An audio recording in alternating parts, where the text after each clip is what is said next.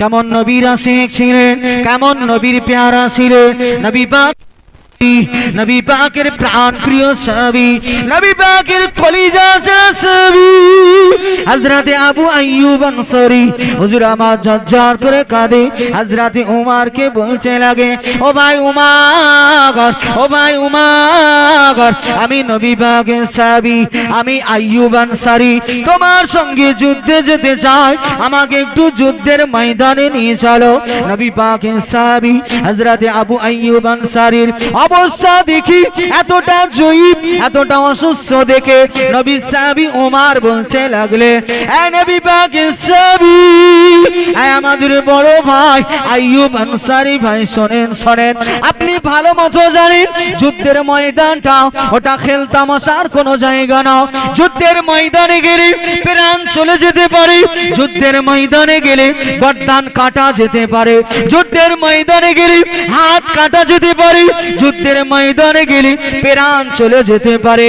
আপনি জয়ী হয়ে গেছে, আপনি উঠে বসতে পারেন না, আপনার শারীরিক অবস্থা ভালো না, আপনি কেন যুদ্ধের ময়দানে যাবেন? আপনি বেঈমানদের সঙ্গে কোন রূপ লড়তে তো আপনি পারবেন না, বেঈমানদের সঙ্গে যুদ্ধ তো আপনি করতে পারবেন না। ও ভাই আইয়ুব আনসারী, আপনি কেন যুদ্ধে যেতে চান? নবী পাকের সাহাবী, নবী পাকের কলিজা ছাড়া সাহাবী হযরতে আবু আইয়ুব আনসারী চোখের পানি ছেড়ে দিয়ে মুখ ভরা ব্যথা নিয়ে, চোখ ভরা পানি নিয়ে ওই সময় উমরকে বলতে লাগলে, ও ভাই উমর, ও ভাই উমর, তুমি জানো না আমি আইয়ুব আনসারী আল্লাহর কাছে প্রতিদিন ফরিয়াদ করি, আল্লাহর কাছে প্রতিদিন কাঁদি, রব্বি আল্লাহ, রব্বি মাবুদ, আমি আপনার নবী সাহাবী, আমি আপনার নবী সহচর, আমি আপনার নবীর গোলাম, ও রব্বুল আলামিন, আমি আপনার দাস, আমি আপনার গোলামের বাচ্চা গোলাম, আমি আইয়ুব আনসারী, আমি কি শহীদি মরণ পাবো না? রব্বি আল্লাহ, রব্বি মাবুদ, আমি আইয়ুব আনসারী আজও দুনিয়ায় বেঁচে রয়েছি, শ্বাস প্রশ্বাস নিয়ে এখনো দুনিয়ার জমিনে রয়েছি। রব্বি আল্লাহ, আমার শরীরটা অসুস্থ, মাজুকুল হয়ে গেছি, জয়ীফ হয়ে গেছি, তাই বলে কি শহীদি তামান্না আমার কি পুরা হবে না? ও ভাই উমর, আমি আইয়ুব আনসারী, আমার বড় শখ, আমার বড় স্বপ্ন, আমি আইয়ুব আনসারী যুদ্ধে যাব, যুদ্ধের ময়দানে যে বেঈমান বেদিনদের তরবারির আঘাতে ইসলামের পক্ষ নিয়ে বেঈমানদের বিরোধিতা করে তাদের তরবারির আঘাত ধারালো অস্ত্র এসে আমার সিনায় গেঁথে যাবে, অথবা গর্দানটা জুদা হয়ে যাবে। যুদ্ধের ময়দানে রক্তমাখা বদনে, মরুভূমির বালিমাখা বদন নিয়ে কিয়ামতের ময়দানে আমার আল্লাহর কাছে আমি শহীদি মর্যাদা নিয়ে শহীদান হয়ে শহীদ হয়ে উঠতে চাই। জোরে বলে সুবহানাল্লাহ। বলছে উঠতে পারে না, শুয়ে আছে, বসার ক্ষমতা নেই। উমর তুমি আমাকে যুদ্ধে নিয়ে চলো। উমর বলছে, ভাই আপনি তো সব জানেন, নবী পাক সাল্লাল্লাহু আলাইহি ওয়াসাল্লাম কখনো কোনদিন তার জীবদ্দশায় জয়ী ব্যক্তি জানারা পারবেন না, বাচ্চা ছেলে মহিলাদের কোনদিন যুদ্ধে নিয়ে যায় না। আপনি তো সব জানেন, জানার পরে আপনি কেন যুদ্ধে যেতে চাইছেন?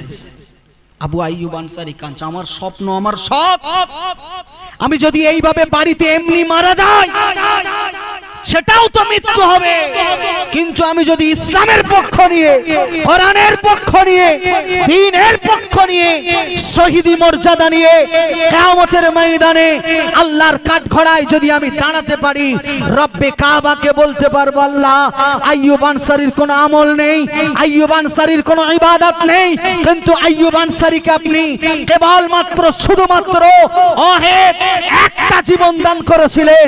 রব্বি আল্লাহ, আমি এই একটা জীবন, এই জীবনটা আমি আপনার রাস্তায় উৎসর্গ করেছি। জোরে বলেন সুবহানাল্লাহ। এই জন্য ফেরেশতা আসতেন, আর ফেরেশতা এসে ডেডিকেট করে বলে দিতেন, ইয়া রাসূলুল্লাহ, আবু আইয়ুব আনসারী ও তো মানুষ है, लेकिन मेरे रब के चेहरा के सामने वो एक जन्नती है। जरे बोलें सुभान अल्लाह। দুনিয়ার মানুষ দেখছে দুনিয়ার মানুষ, আর আমার আল্লাহ কুদরতি চোখ দিয়ে দেখছে দুনিয়ার মানুষ নয়, ও একজন জান্নাতি মানুষ। আর একবার জোরে বলেন সুবহানাল্লাহ। অত সহজ? হযরত উমর বলছে না, তোমাকে নিয়ে যেতে পারবো। শহীদি তামান্না সকলের আছে, কিন্তু এই অবস্থায় আমি তোমাকে নিয়ে যেতে পারবো। আইয়ুব আনসারী আরো পেড়াপিড়ি করছে, ঝরঝর করে কাঁদছে। যেতেই হবে, আমাকে নিয়ে যেতেই হবে। আইয়ুব আনসারীকে তখন হযরতে উমরে ফারুক রাদিয়াল্লাহু তাআলা আনহু বলছে, একটু ঘুরিয়ে দেন, কিন্তু আসতে দেন না, একটুখান মাজার দিক সরে আসেন, এমনি সাউন্ড ভালো হয়নি, আর আস্তে করে দিলে আর ভালো। একটুখান ঘুরিয়ে দেন, একটুখান ঘুরিয়ে দেন, একটু ঘুরিয়ে দাও তো। আর না তো মাঝখানের দিকে আসেন, মাঝখানের দিকে আসেন, ঠিক হয়ে যাবে। মাঝখানে আসেন, ঠিক হয়ে যাবে। এ কোমালে না, এ থাক থাক, ওইভাবে থাক।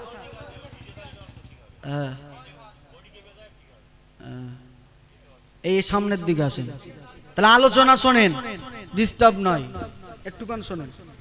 হযরতে উমর রাদিয়াল্লাহু তাআলা আনহু বলছে নিয়ে যাওয়া যাবে না, আর আবু আইয়ুব আনসারী বলছে নিয়ে যেতে হবে, আমার শহীদের তামান্না।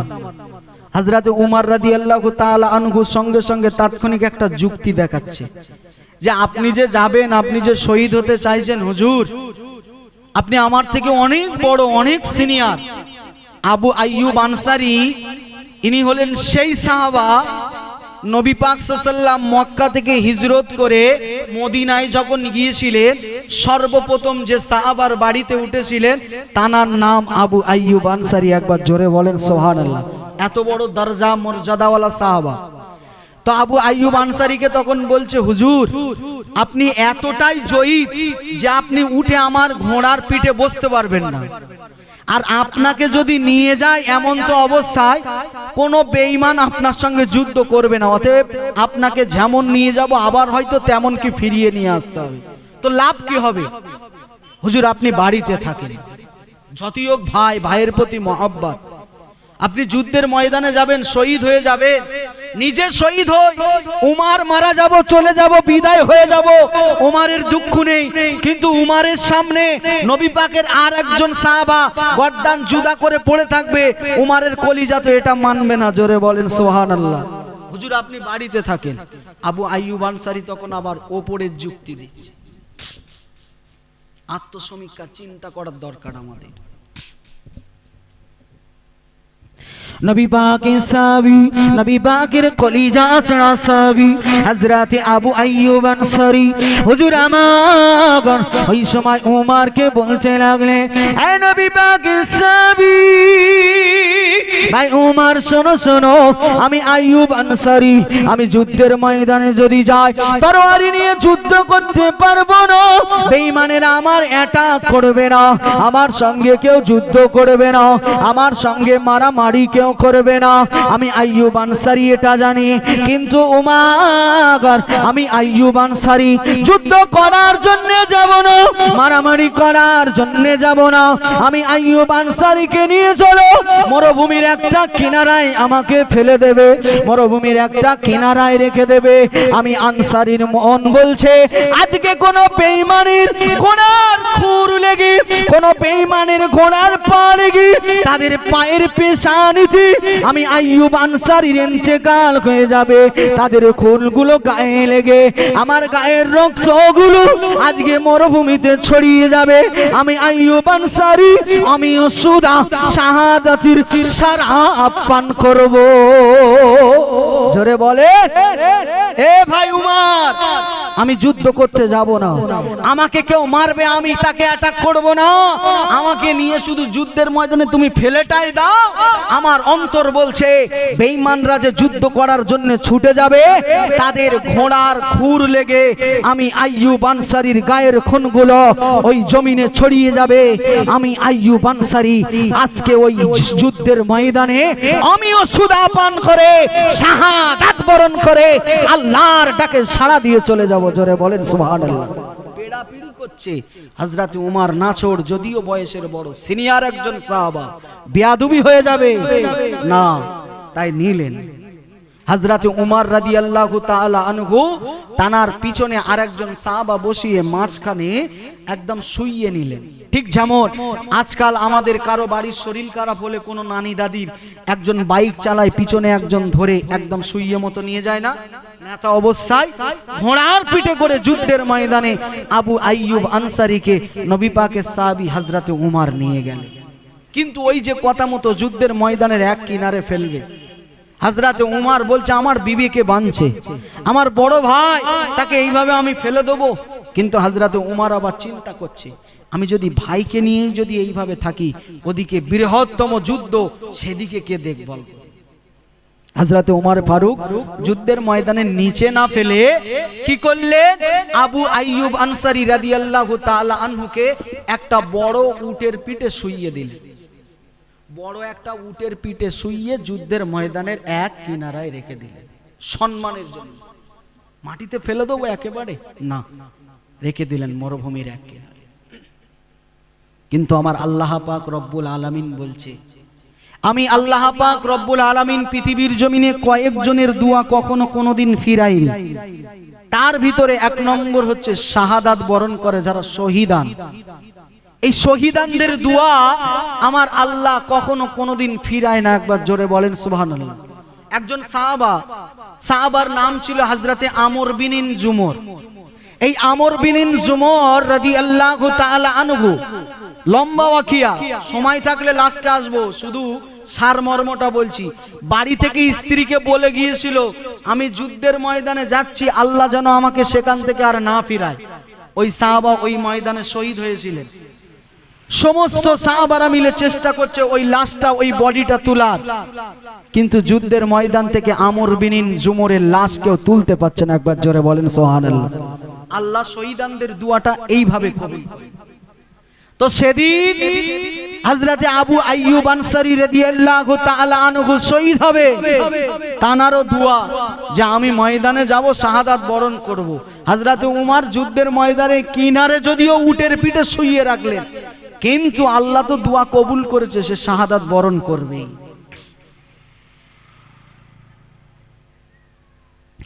মুসলমান ঠান্ডা মাথায় বসো, আল্লাহ নবী নূর নবী রাহমাতুল লিল আলামিন নবী পাকের সাহাবী হযরত উমর ফারুক রাদিয়াল্লাহু তাআলা আনহু হুজুর আমার যুদ্ধের ময়দানে চলে গেলেন।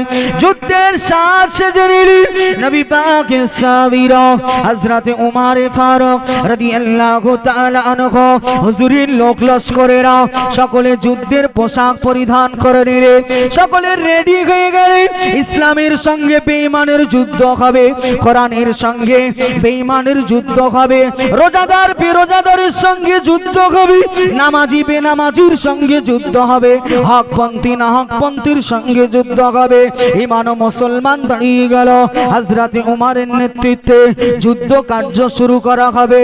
আমার যুবকেরা, হে মুসল্লি ভাই বাবাজিরা, আল্লাহর কি কারণ, আল্লাহর কি দয়া, আল্লাহর কি কুদরত, আল্লাহর কি আদেশ দেখেন।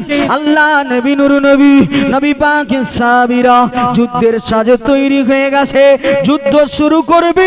মধ্যবর্তী স্থান ফাঁকা। ইন দা মিন টাইমে দেখতে পাওয়া যায় হযরত উমর রাদিয়াল্লাহু তাআলা আনহু লেঙ্গা তলোয়ার কানা যে কিনা তুলেছে, লেঙ্গা তলোয়ার তুলেছে, বেঈমানদের সঙ্গে যুদ্ধ শুরু হবে। এমনি করে দেখতে পাওয়া যায় মুসলমানদের ভিতর থেকে, মুসলমানদের দলের ভিতর থেকে কে যেন একটা উট হাঁকিয়ে দিয়েছে, কে যেন একটা উটকে তাড়িয়ে দিয়েছে, বেঈমানদের দিকে চলে যায়, বেঈমানদের দিকে চলে যায়। হে মুসলমানের ছেলেরা, আল্লাহর নবী সাহাবী হযরত উমর অবাক দৃষ্টিতে তাকিয়ে রয়ে গেলে। হযরত উমর দেখতে লেগেছে বেঈমানদের দিকে একটা উট ছুটে ছুটে যায়, উটের পৃষ্ঠদেশে, উটের পিঠে এক একজনা মানুষ চাইত, আর ওই উটটাকে দেখে বেঈমানেরা সকলে যুদ্ধের ময়দানটা ছেড়ে দিয়ে যুদ্ধের ময়দান ছেড়ে পালাতে লেগেছে। হযরত উমর রাদিয়াল্লাহু তাআলা আনহু হুজুর আমার খেয়াল করে দেখতে লাগলেন, ওটা অন্য কোনো উট নয়, ওটা তো সেই উট যে উটের পৃষ্ঠদেশে, যে উটের উপরে আমি নবী পাকের সাহাবী হযরত আবু আইয়ুব আনসারীকে শুইয়ে দিয়েছিলাম। ওই উটটা যুদ্ধের ময়দানে ছুটছে। বেঈমানেরা উটটাকে দেখে উটের ভয়ে বেঈমানেরা যুদ্ধের ময়দান ছেড়ে পালাতে লেগেছে। নবী পাকের সাহাবী হযরত উমর রাদিয়াল্লাহু তাআলা আনহু ঝরঝর করে কাঁদতে লেগেছে। মাজুকুল বলি, অসুস্থ বলি, আমি যাকে অবজ্ঞা করেছিলাম, তুমি কেন যুদ্ধের ময়দানে যাবে? তুমি তো বেঈমান তাড়াতে পারবে না, তুমি তাদের সঙ্গে যুদ্ধ করতে পারবে না, তুমি কেন যুদ্ধের ময়দানে যেতে চাও?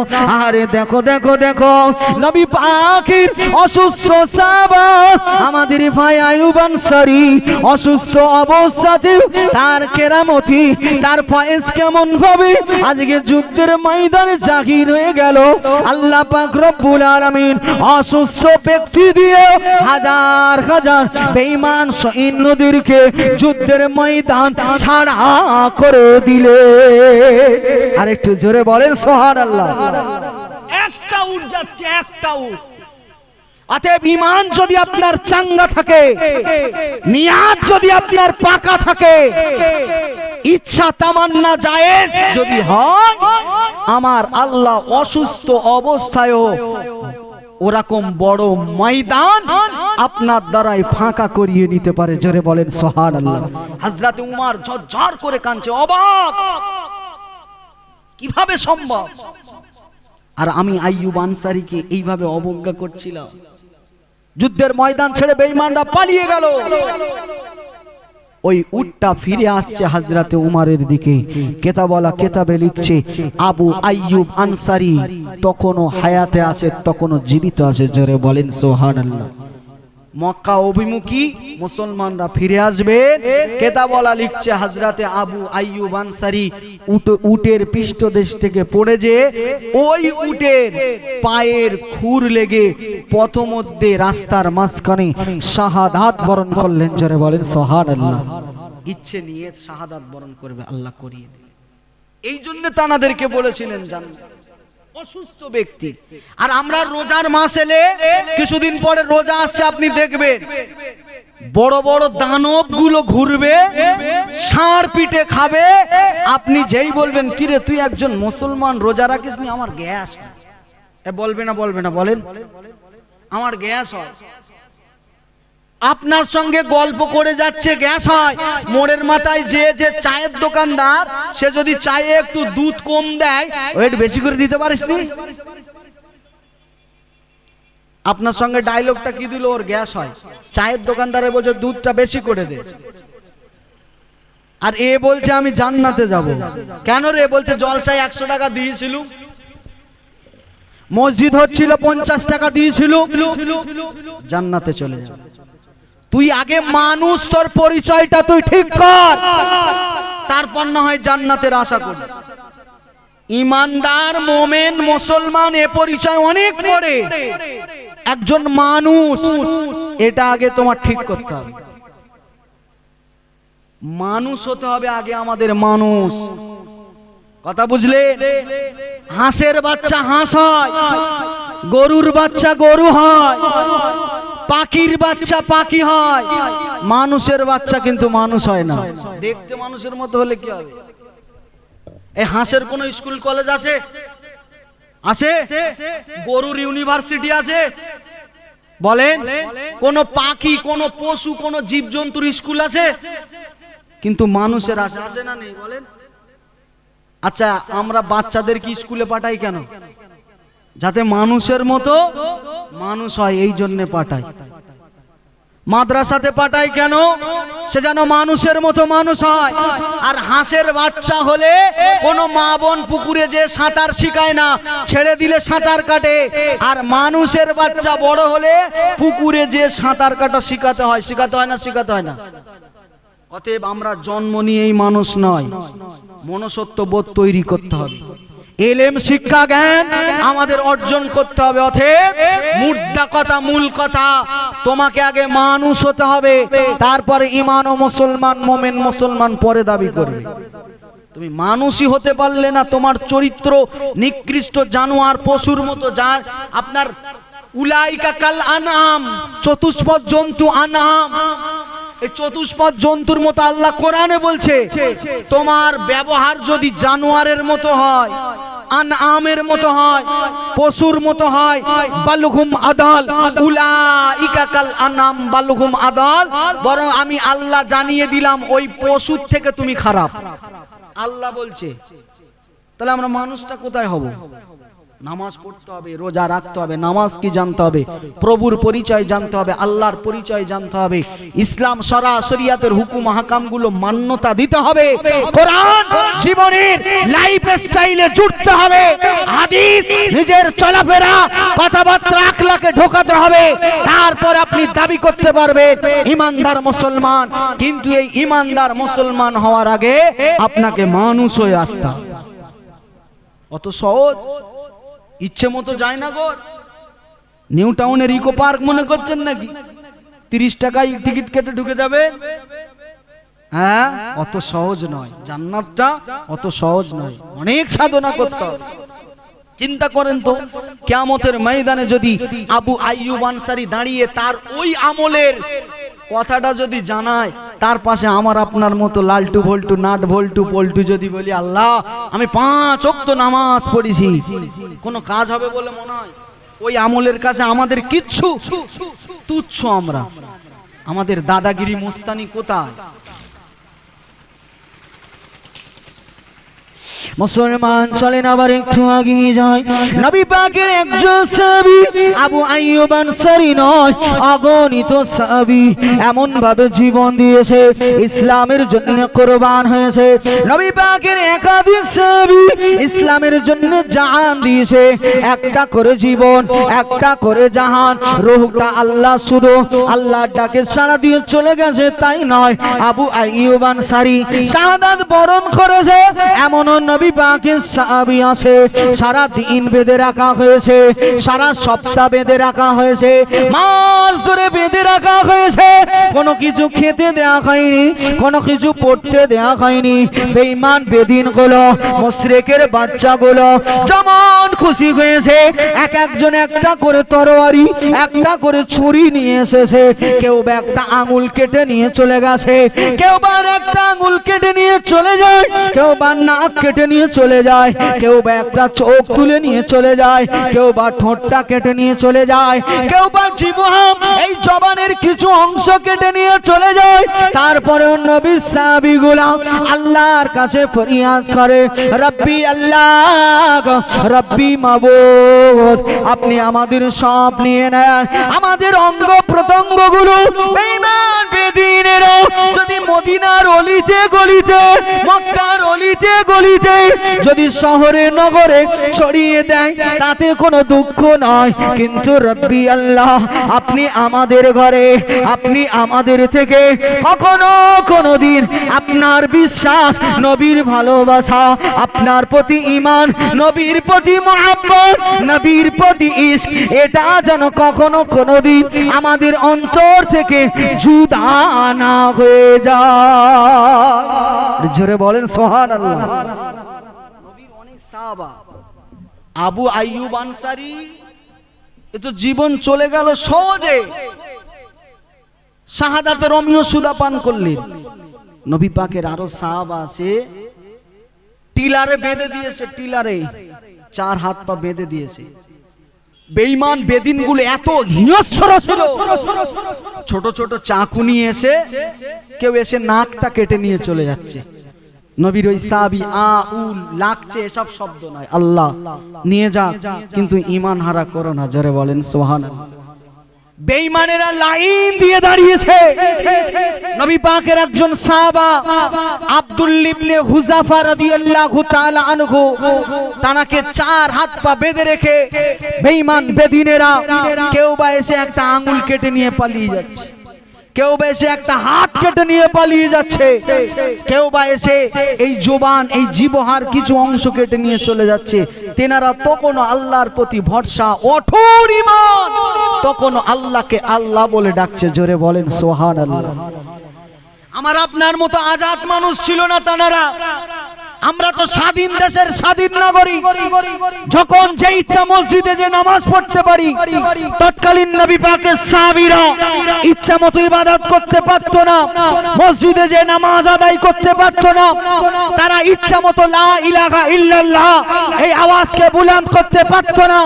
বেঈমান বেদিন মুশরিকেরা তারা এত অত্যাচার করত, এত কষ্টে রেখেছিল। নবী পাকের সাহাবীরা রাতের অন্ধকারে নিরিবিলি নিঝুমে একা একা বসে বসে গহীন বড় মরুভূমির মাঝখানে যে কখনো বা পাহাড়ের গুহায়, পাহাড়ের তলদেশে কোন একটা ছোট্ট জায়গায় লুকিয়ে লুকিয়ে আল্লাহর ইবাদত করে করে আল্লাহ সাধন এমন ভাবে করেছে। আমার আল্লাহ পাক রব্বুল আলামিন ১৫০০ বছর আগে সুদূর আরবের মক্কার জমিনে জন্মগ্রহণ করা সেই সমস্ত মহামানবগুলোর আলোচনা আজও আপনাদের এই গ্রামে এনে দিয়েছে। জোরে বলেন সুবহানাল্লাহ। আমরা স্বাধীনভাবে ইবাদত করি, তারা পরাধীন ছিলেন। কাবার পশ্চদেশে নবী পাকের বাড়ি, নবী পাকের জন্মভিটা। নবী পাক সাল্লাল্লাহু আলাইহি ওয়াসাল্লামের যে জায়গায় বাড়ি, নবী পাকের বাড়ি থেকে কাবায় যেতে সে জায়গায় আবু জেহেলের বাড়ি। আবু জেহেলের বাড়িটা দেখে এসেছি, বড় বাথরুম করে দিয়েছে। লক্ষ লক্ষ হাজি যাচ্ছে সেখানে, পায়খানা প্রস্রাব করছে সেই জায়গায়। আপন চোখে দেখেছি। আজও মায়ার নবী রাহমাতাল লিল আলামিন নবী পাকের সেই জন্মভিটা বিলাদাতের জমিনটা এখনো সৌদি সরকার সুন্দরভাবে সাজিয়ে একটা লাইব্রেরি করে দিয়েছেন। জোরে বলেন সুবহানাল্লাহ। তো নবী পাক ওই জায়গা থেকে যে হেঁটে হেঁটে কাবার চত্বরে যেতেন, আর আবু জেহেল বেঈমান নবী পাক সাল্লাল্লাহু আলাইহি ওয়াসাল্লামকে যেই দেখতেন কাবায় যাচ্ছে, এদিকে সাফা পাহাড়ের পাশ দিয়ে এসে ওদিকে যেদিকে জিন্দা কবরস্থান বাদশা আজিজ গেটের দিকে একটা জায়গা আছে, ওদিক থেকে নবী পাকের সাহাবারা আসতেন, যেখানে এখন বাংলা বাজার হয়েছে, ওই দিকে কাফেরদের ওটা বসা ছিল। এই বেঈমান আবু জেহেল ওই কাফের বেঈমানদের ঠেকায় যে আওয়াজ দিয়ে দিত, মোহাম্মদ বাড়ি থেকে বেরিয়েছে সাল্লাল্লাহু আলাইহি ওয়াসাল্লাম। ও কাবার দিকে আসছে, ও আসছে মানে ও সহচরেরা এবারে আসবে। তাহলে তোমাদের কি করতে হবে? তোমরা জায়গা মতো দাঁড়িয়ে যাও।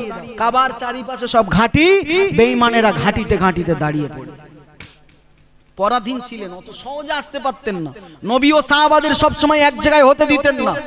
মক্কায় নবী পাককে অনেক কষ্ট দিয়েছিল, নবী পাকের উপরে স্টিম রুলার চালিয়েছিল, অনেক কষ্ট দিয়েছে নবী পাকের সাহাবীদের।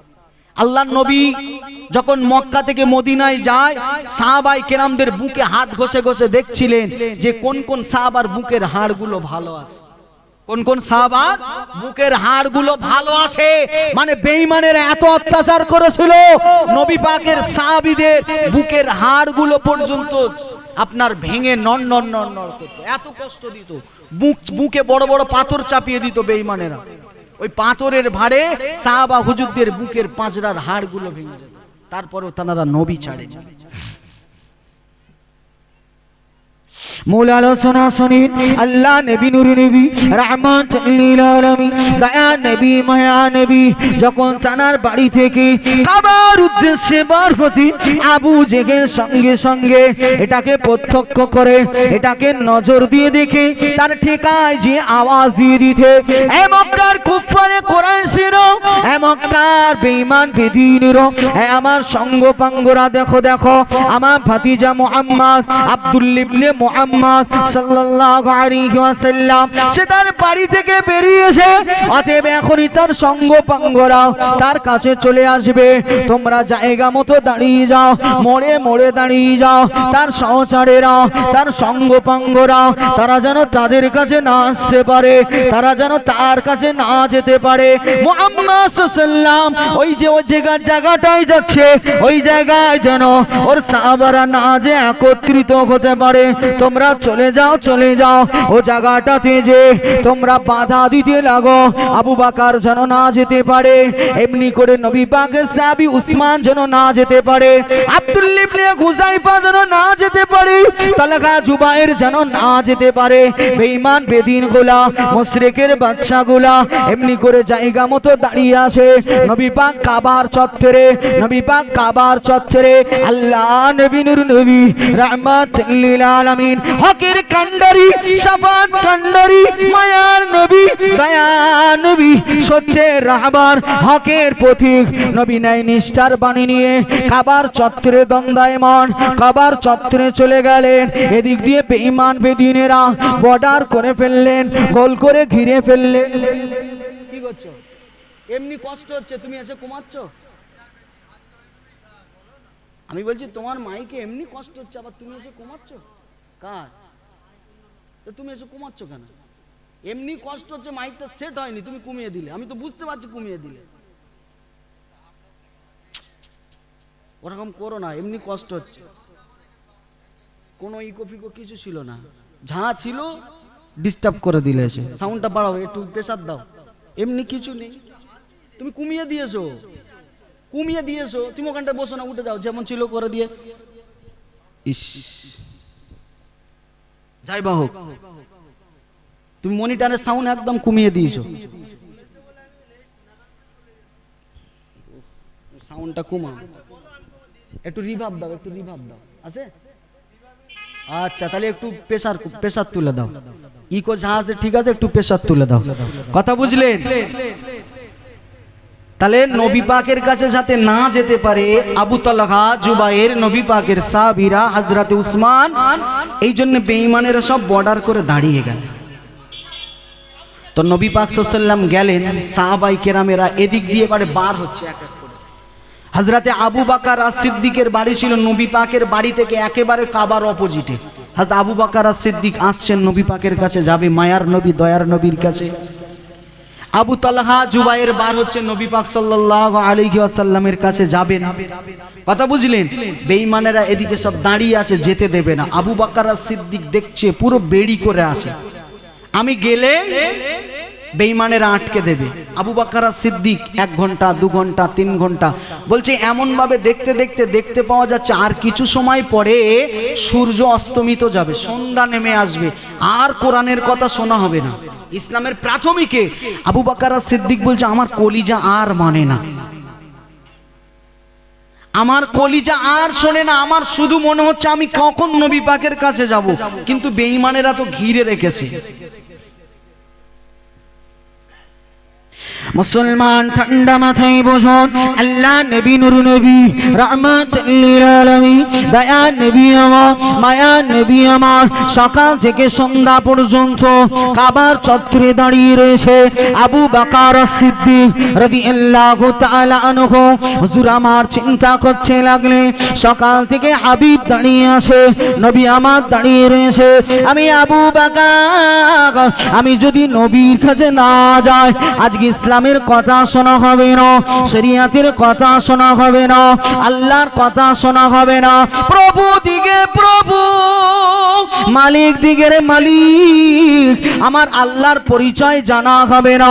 যাক চলে যাক, প্রাণ যদি চলে যায় তারপরেও নবীর কাছে যাব, আমি কাবার চত্বরে যাব। নবী পাকের সাহাবী এই না অঙ্গীকার করে, এই না সাহস যোগী আমার আপনার নবীর দিকে যেতে লাগলেন। প্রথমধ্যে বেঈমানেরা আটকে দিল, এই আবু বকর তুমি কোথায় যেতে চাও, কোথায় যাবে বলো, কোথায় যেতে চাও বলো।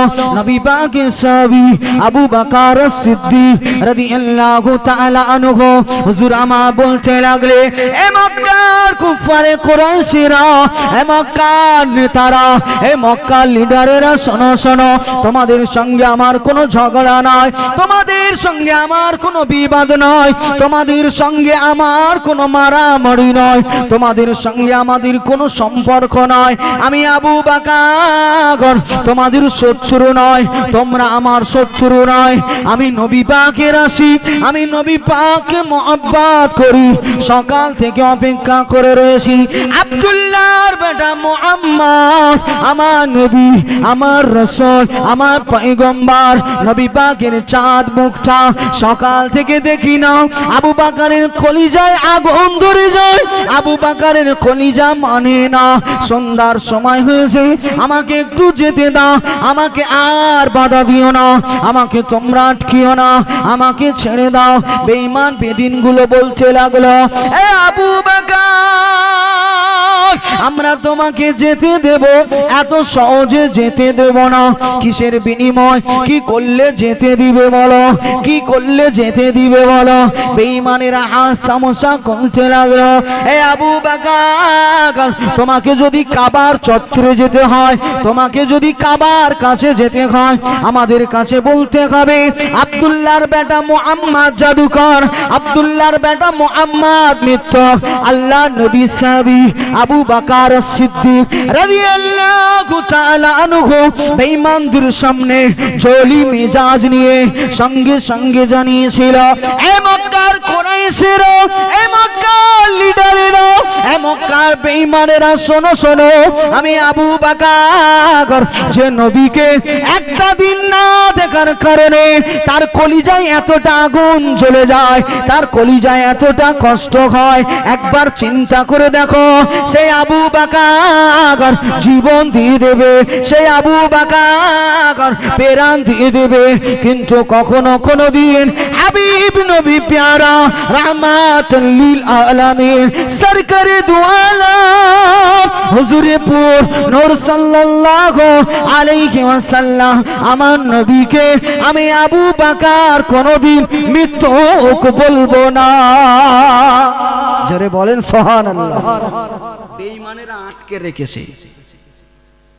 তৎকালীন বেঈমানদের নেতা ছিল আবু জেহেল। এই আবু জাহালের একটা অর্ডার ছিল, একটা নিয়ম ছিল যে মক্কার জমিনে যদি কোনো মা কেউ যদি মেয়ে সন্তান প্রসব করে জন্ম দেয়, ওই বাচ্চাটাকে আস্তে আস্তে বড় করো, ছোটবেলায় না, আস্তে আস্তে বড় করে বাচ্চা হাঁটতে দৌড়াতে পারবে, তখন নিয়ে যে মরুভূমির বালি সরিয়ে জ্যান্ত পুঁতে দাও। বলেন নাউজুবিল্লাহ।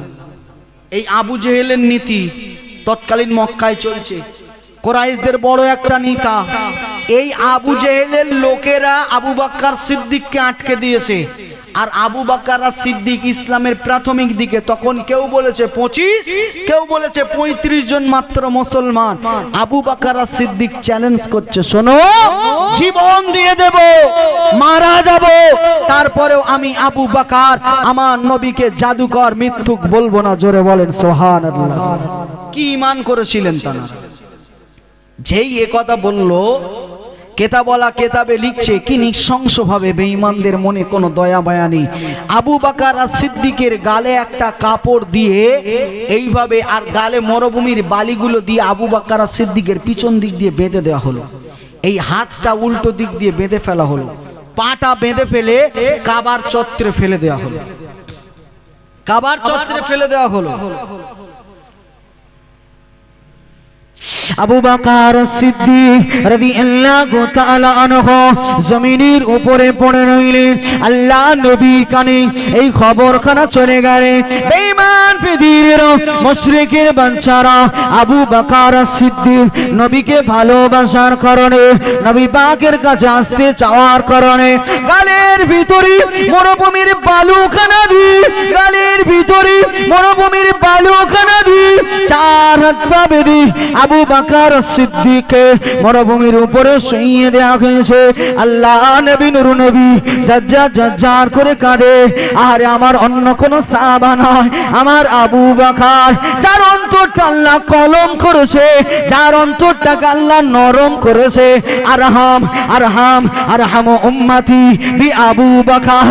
আমার আল্লাহ পাক সব থেকে কমল হৃদয়ের, সব থেকে নরম হৃদয়ের, সব থেকে ঠান্ডা করে আবু বকর সিদ্দিককে বানিয়েছে আফজালুন নাস। মানুষদের ভিতরে নবীদের পরে যার সম্মান দিয়েছে সে আবু বকর সিদ্দিকের গালের ভিতরে বালু দিয়ে 4 হাত পা বেঁধে মরুভূমিতে শুইয়ে দিয়েছে।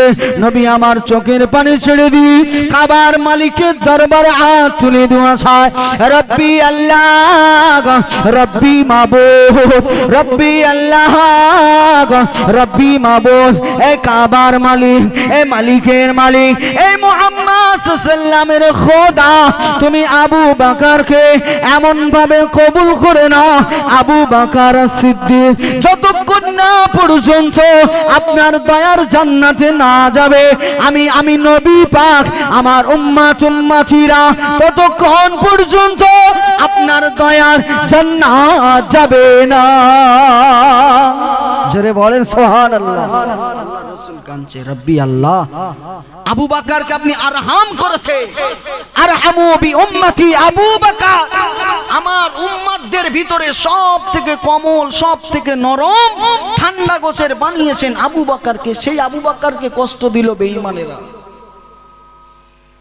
গেম কাঁদছে মাইকে, নবী পাক সাল্লাল্লাহু আলাইহি ওয়াসাল্লাম কাঁদছেন ঝরঝর, আর বেঈমানেরা নবী পাক সাল্লাল্লাহু আলাইহি ওয়াসাল্লামের কাছে এসে মজা নিচ্ছে। দেখো তোমাকে মেনেছিল এই জন্য তাকে কষ্ট দিয়েছি। আবার আবু বকর সিদ্দিকের কাছে যেয়ে বলছে, দেখো তোমাকে 4 হাত পা বেঁধে মরুভূমিতে ফেলা হলো, গালে বালু কাপড় দিয়ে বাঁধা, কই কেমন তোমার নেতা আসছে, তোমার হাবিব আসছে তোমার কাছে। বেঈমানেরা এইভাবে মজা নিচ্ছে। আবু বকর সিদ্দিক কথা বলতে পারে না, শুধু ঝরঝর করে কাঁদছে।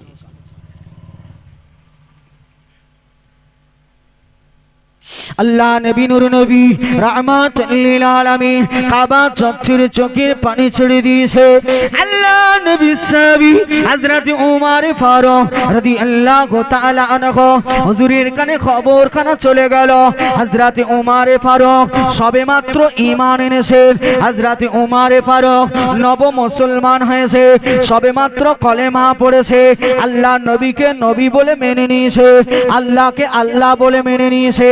হযরত ওমর রাদিয়াল্লাহু তাআলা আনহু হুজুরের কানে খবর খানা চলে গেল, সংবাদ খানা চলে গেল।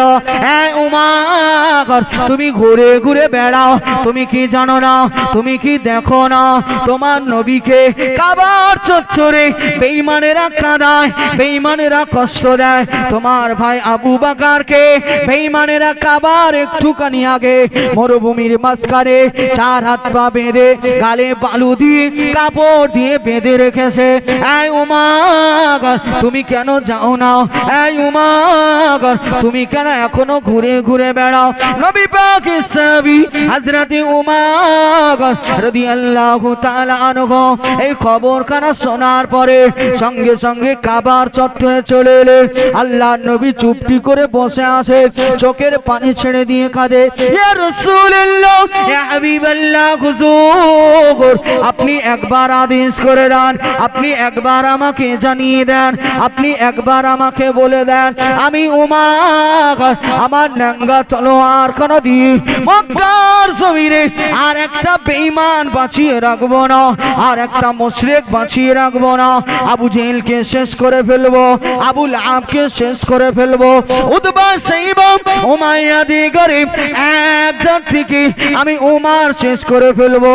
আল্লাহ নবী, দয়া নবী, মায়া নবী উঠে দাঁড়িয়ে বলেছিল, এ সাহাবী উমর, এটা আমার আল্লাহর আদেশ নয়, এটা তোমার নবীর আদেশ নয়, যাও চলে যাও, যদি পারো আমার সাহাবী আবু বকর as-সিদ্দিকের কাছে চলে যাও, তাকে যে জিজ্ঞাসা করো তার ব্যথা কোথায়, তার বেদনা কোথায়, আমার সাহাবী আবু বকরের কাছে যাও, আর আমার আবু বকরকে আমি নবীর কাছে নিয়ে আসো। জোরে বলেন সুবহানাল্লাহ। আবু বকর as-সিদ্দিককে 4 হাত পা বেঁধে মরুভূমিতে ফেলে রেখেছে। হযরত উমর ন্যাঙ্গা তলোয়ার, নব মুসলমান। হযরত উমর বলছে, ইয়া রাসূলুল্লাহ আপনি একবার আদেশ করেন। সব শেষ করে দেব, নাস্তে নাবুদ করে ফেলবো। আমার ভাই আবু বকরকে যারা কষ্ট দিয়েছে একটাকে জমিনের উপরে আর বাঁচিয়ে রাখবো না, জীবনের মতো চিরতরে মাটির নিচে পাঠিয়ে দেবো। ইয়া রাসূলুল্লাহ একবার আদেশ করেন। আল্লাহর রাসূল বলছে এটা আল্লাহর আদেশ নয়, এটা তোমার নবীর আদর্শ নয়। যাও, আবু বকর as-সিদ্দিককে কষ্ট দিয়েছে, আবু বকরের কাছে যাও আর আমার সাহাবী আবু বকরকে আমার কাছে নিয়ে এসো। জোরে বলেন সুবহানাল্লাহ। নবী পাক সাল্লাল্লাহু আলাইহি ওয়াসাল্লাম উমরকে তো বলতে পারতেন। নবী পাক সাল্লাল্লাহু আলাইহি ওয়াসাল্লাম চিন্তা করেছিলেন। কি চিন্তা করেছিলেন? আমি যদি এখন আমার সাহাবা উমরকে বলি যাও শেষ করে দাও, নাস্তে নাবুদ করে দাও, আর উমর যদি যায় একটা বিশৃঙ্খলা শুরু হবে, মারামারি কাটাকাটি শুরু হবে। বেঈমান যেমন মারা যাবে, পাশাপাশি মুসলমানরাও মারা যাবে। আর একটুখানি সাউন্ড দাও, একটুখানি সাউন্ড দাও। মুসলমানরাও মারা যাবে। অতএব মারামারি নয়, আমার সাহাবী আবু বকরকে নিয়ে এসো। কেতাবওয়ালা লিখছে নবী পাকের সাহাবী আবু বকর as-সিদ্দিক রাদিয়াল্লাহু তাআলা আনহু কে হযরতে উমর যে হাতগুলো খুলেছে যখন বেঈমানেরা কাছে আসছে না, হযরতে উমর একজন জলি মিজাজের সাহাবা ছিলেন, হকের জন্য অনেকখানি রাগী ছিলেন। আল্লাহর রাসূল বলছে হযরতে উমর যে পথ দিয়ে যায় ইবলিস ওই পথ দিয়ে যায় না। হযরতে উমর শরীয়তের জন্য এতটা জলি ছিলেন, এতটা রাগান্বিত ছিলেন, এতটা হকপন্থী ছিলেন। উমারে ফারুক, হযরতে উমর রাদিয়াল্লাহু তাআলা আনহুর উপাধি হয়ে গেলেন ফারুক, ফারাগাত করনে ওয়ালা, সত্য মিথ্যা ফারাগাত করনে ওয়ালা ফারুক। আল্লাহর রাসূল হযরতে উমরের উপাধি দিলেন। জোরে বলেন সুবহানাল্লাহ। সেই উমর যে যখন দাঁড়িয়েছে আবু বকর as-সিদ্দিকের পাশে, তখন বেঈমানের আর কেউ কোনো কথা বলছে না, কেউ কাছে আসছে না, সব দূরে পালিয়েছে। আবু বকর as-সিদ্দিকের ওই অমন্ত অবস্থায় তুলেছে হযরত উমর রাদিয়াল্লাহু তাআলা আনহু, এই দুটো হাত ধরে কাঁধে করে নিয়ে যাচ্ছে। কেতাবওয়ালা লিখছে হযরতে আবু বকর as-সিদ্দিকের পাগুলো মরুভূমির বালুতে ঘিসলে ঘিসলে যাচ্ছে, এতটা কষ্ট দিয়েছে বেঈমান। আবু বকর as-সিদ্দিকের পাটা মরুভূমিতে ঘিসলিয়ে ঘিসলিয়ে যাচ্ছে। আল্লাহর রাসূল কাবার চত্বরে বসা, সবেমাত্র শুরু ইসলামের প্রাথমিক দিকে আবু বকর as-সিদ্দিক রাদিয়াল্লাহু তাআলা আনহু হুজুরকে এত মার বলল, এত কষ্ট দিল, আবু বকর as-সিদ্দিক উঠে দাঁড়াতে পারে না। আল্লাহর নবীকে দেখলে নবী আমার কাবার চত্বরে মাথাটা নিচু করে আল্লাহর নবী বসে রয়েছে। আবু বকর as-সিদ্দিককে নবী পাকের সম্মুখে যেই কিনা রাখা হলো, আল্লাহ নবী, নূর নবী, মায়া নবী, হাবিব নবী, সাহাবী হযরতে আবু বকর as-সিদ্দিক নবী পাকের চাঁদ মুখখানা